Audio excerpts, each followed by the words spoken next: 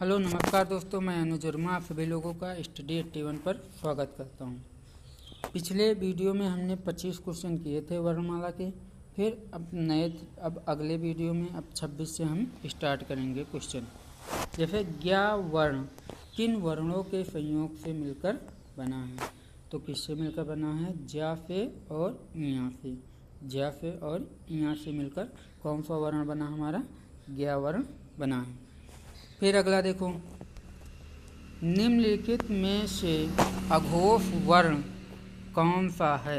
निम्नलिखित में से अघोष वर्ण कौन सा है? तो हमारा का है। कौन सा है अघोष वर्ण? का है। फिर देखो, घा का उच्चारण स्थान कौन सा है? घा का उच्चारण स्थान कंठ है, क्योंकि कंठ ध्वनि में 5 वर्ण आते हैं। का, खा, गा, घा, अंगा। का, खा, गा, घा, अंगा, ये 5 वर्ण आते हैं कंठ में।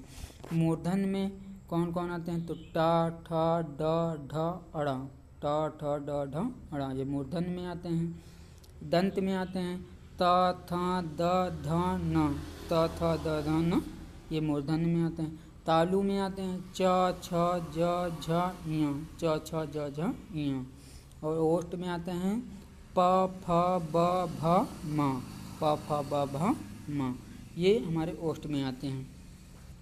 निम्नलिखित में से संयुक्त व्यंजन कौन सा है? निम्नलिखित में से संयुक्त व्यंजन हमारा कौन सा है? तो ज्ञा है। कौन सा है? ज्ञा। फिर आगे देखो, फिर निम्नलिखित में से कौन सा वर्ण उच्चारण की दृष्टि से दंत नहीं है? तो दंत हमारा कौन सा नहीं है? टा नहीं है। और दंत सारे ता भी है, था, द, ध, ना, ये सारे दंत हैं, लेकिन टा हमारा क्या है? ये मूर्धन है, दंत नहीं है। फिर कौन सा अमानक वर्ण है? कौन सा अमानक वर्ण है? तो भा। कौन सा है? भा।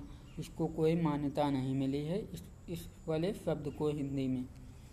फिर अगला देखो, छा वर्ण किसके योग से मिलकर किसके योग से बनता है? छा वर्ण तो क और फ से मिलकर छा बनता है। फिर हिंदी वर्णमाला के स्वरों की कुल संख्या कितनी है? हिंदी वर्णमाला के स्वरों की कुल संख्या कितनी है? तो हमारी 11 स्वर हैं। कितने हैं? 11 स्वर हैं। फिर आगे देखो, फिर निम्नलिखित में से कौन सा स्वर नहीं है? तो इसमें स्वर हमारा जा नहीं है और सारे हमारे स्वर हैं। निम्नलिखित में से कौन सा टा वर्ग का नहीं है? तो टा वर्ग का हमारा घा नहीं है। घा नहीं है और सारे हमारे टा वर्ग के हैं। फिर आगे देखो, हिंदी वर्णमाला में व्यंजनों की संख्या कितनी है? तो हिंदी वर्णमाला में व्यंजन की संख्या टोटल कितनी है? तो 33 व्यंजन होते हैं। कितने व्यंजन? 33 व्यंजन होते हैं। फिर आगे देखते हैं 35 नंबर, निम्नलिखित में से कौन सा पश्च स्वर है? पश्च स्वर हमारा कौन सा है? आ। कौन सा है? आ। फिर आगे देखो, खड़ी पाई वाले व्यंजनों का संयुक्त रूप कैसे बनाया जाना चाहिए? जो खड़ी पाई वाले व्यंजन हैं उनका संयुक्त रूप कैसे बनाया जाना चाहिए? तो खड़ी चौपाई को हटाकर, खड़ी जो चौपाई होती है उसको हटाकर हम उसका संयुक्त रूप बनाते हैं। फिर अगला देखो 39 नंबर क्वेश्चन, विसर्ग से बना शब्द कौन सा है? विसर्ग से बना शब्द कौन सा हमारा? तो निःस्प्रय हमारा विसर्ग से बना शब्द है। फिर इनमें से कौन सा वर्ण स्वर है? इनमें से कौन सा वर्ण हमारा है? स्वर है। तो ए क्या है? हमारा स्वर है। फिर आगे देखो 41 नंबर क्वेश्चन, निम्नलिखित में से अंतस्थ व्यंजन कौन सा है? अंतस्थ व्यंजन हमारा कौन सा है? तो या हमारा अंतस्थ व्यंजन है। इनमें से ओ का उच्चारण स्थल कौन सा है? ओ का उच्चारण स्थल हमारा कौन सा है? तो कंठ ओष्ठ है। कंठ ओष्ठ हमारा ओ का उच्चारण स्थल है। फिर अगला देखो, चा और छा। चा और छा वर्ण का उच्चारण स्थान कौन सा है? चा और छा का वर्ण का उच्चारण स्थान कौन सा है? तो हमारा तालु है। कौन सा है? तालु है। फिर अगला देखो, क ग ज फ ध्वनियाँ किसकी हैं? तो ये कि हमारी ध्वनियाँ किसकी हैं? तो अरबी फारसी की हैं। किसकी हैं? अरबी फारसी की ये ध्वनियाँ हैं। फिर तालव्य व्यंजन है। तालव्य व्यंजन कौन सा है हमारा? तो तालव्य व्यंजन हमारा चा छ जा झा। चा छ जा झा ये तालव्य व्यंजन है। कौन वर्ण घोष नहीं है? कौन वर्ण घोष नहीं है? तो हमारा कौन घोष नहीं है? ता घोष नहीं है। ता हमारा क्या है? घोष नहीं है और सारे हमारे घोष वर्ण हैं। 47 नंबर में देखो, किस शब्द में री स्वर नहीं है? किस शब्द में री स्वर नहीं है? तो ये हमारे आज में री स्वर नहीं है। किस में नहीं है? आज में। फिर आगे देखते हैं 47-48 नंबर।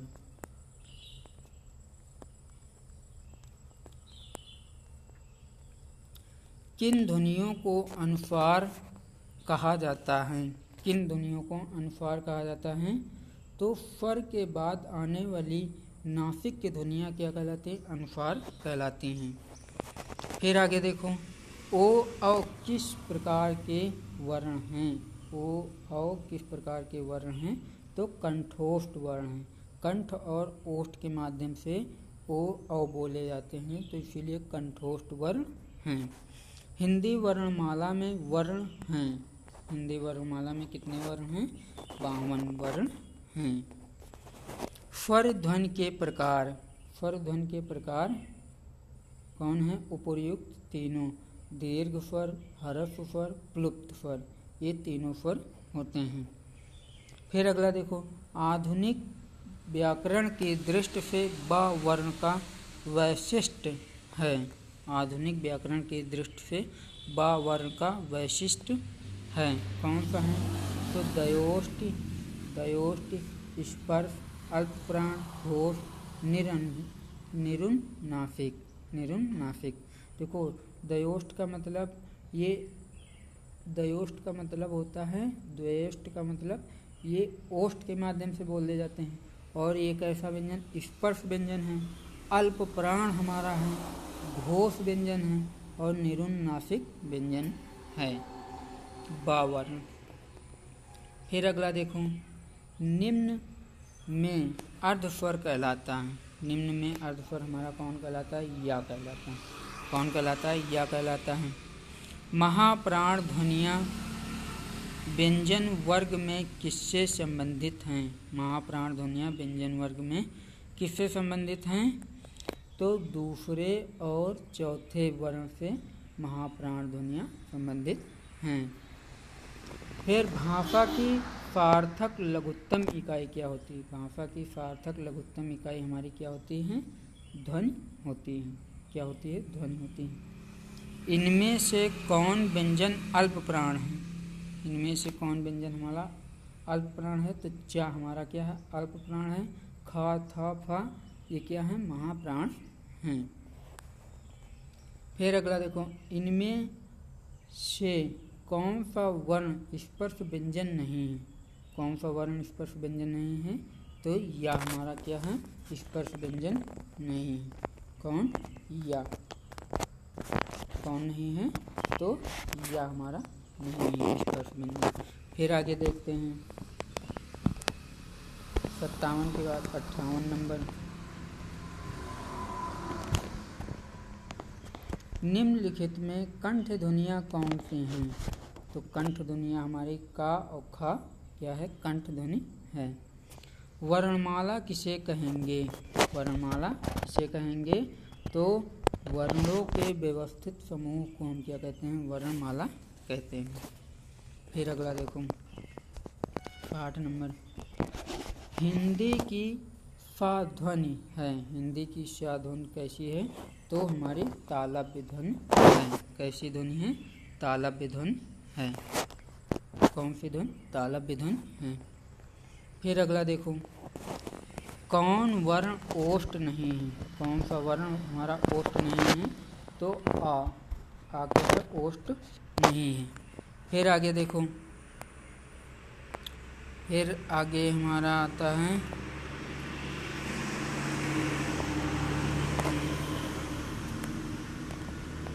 अल्प प्राण ध्वनियों का समूह कौन है? अल्प प्राण ध्वनियों का समूह कौन है? तो हमारा चा जा या। ये क्या है? प्रथम तृतीय पंचम अक्षर क्या होते हैं? अल्प प्राण होते हैं। प्रत्येक वर्ग का प्रथम तृतीय और पंचम अक्षर क्या होता है? अल्प प्राण होता है। द्वितीय और चतुर्थ अक्षर क्या होता है? वो महाप्राण होता है। फिर वर्ण शब्द का अर्थ नहीं है। वर्ण शब्द का अर्थ हमारा क्या नहीं है? आकार नहीं है। और ये तीन है, रंग, जात, अक्षर, ये हमारे क्या हैं? वर्ण शब्द के अर्थ हैं, लेकिन आकार नहीं है। फिर अगला देखो, कौन वर्ण घोष नहीं है? तो घोष हमारा कौन नहीं है? ता नहीं है। ता क्या है? अघोष है। ता क्या है? अघोष है। फिर अगला देखो, किन ध्वनियों को अनुस्वार कहा जाता है? किन ध्वनियों को अनुस्वार कहा जाता है? तो स्वर के बाद आने वाली नासिक ध्वनियाँ क्या कहलाती हैं? अनुस्वार कहलाती हैं। स्वर के बाद आने वाली नासिक ध्वनियाँ अनुस्वार कहलाती हैं। फिर किसी शब्द में री स्वर नहीं है। किस शब्द में री स्वर नहीं है? तो इसमें नहीं है, तो रिवाज में नहीं है। रिवाज में री स्वर नहीं है। फिर अगला देखो, निम्नलिखित में से दंत वर्ण कौन है? तो दंत वर्ण हमारा क्या है? ता है। ता क्या है? दंत वर्ण है। फिर आगे देखो, फिर हमारे बस 70 क्वेश्चन तक आपको करवाएंगे, फिर उसके बाद अगले वीडियो में कराएंगे। घा का उच्चारण स्थान कौन सा है? घा का उच्चारण स्थान हमारा कौन सा है? तो घा का कंठ है। हिंदी शब्दकोश के अनुसार संतान, सकल, सचल, सक्षम शब्दों का सही क्रम। संतान, सकल, सचल, सक्षम, तो पहले सकल आएगा, पहले हमारा संतान आएगा। पहले क्या आएगा? संतान, क्योंकि जो अन की मात्रा लगी है तो ये पहले आता है। तो पहले क्या आएगा? संतान आएगा। फिर उसके बाद हमारा क्या आएगा? सकल आएगा। उसके बाद क्या आएगा? सकल आएगा, फिर सक्षम, फिर सचल, ये आएंगे।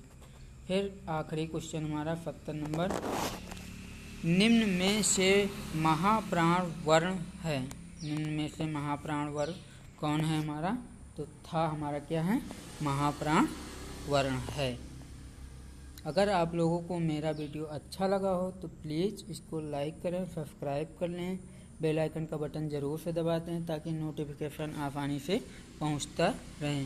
और मेन क्या है कि आप लोग शेयर ज़रूर से करें और सब्सक्राइब भी ज़रूर से कर लें। Thank you.